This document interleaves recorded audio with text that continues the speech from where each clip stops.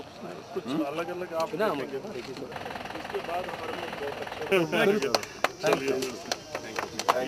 10 जून को सर ये ट्रांसप्लांट किया है, मगर इसमें एक प्रॉब्लम मुझे लगता है कि ये जो पानी इरिगेशन का होता है वो साफ नहीं पाए और तालीम सर वेलकम सर को अफजाई के लिए माजरत खा हूँ क्योंकि इंतहाई खुशी और मसरत की बात है कि आज खड़ूनी की सरजमीन पे बड़ा आराम सान में बार बार बार राइस का बहुत बड़ा यहाँ पर जो यूनिवर्सिटी है वो खड़ूनी यूनिवर्सिटी,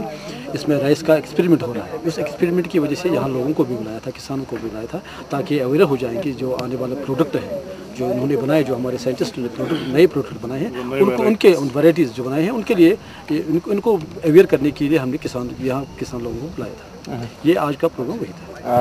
ये मकसद ये है कि जो हमारे 20 साल पहले 30 साल पुराने जो वैरायटी हमारे पास थी उनमें से 1 हेक्टेयर में 10-20 क्विंटल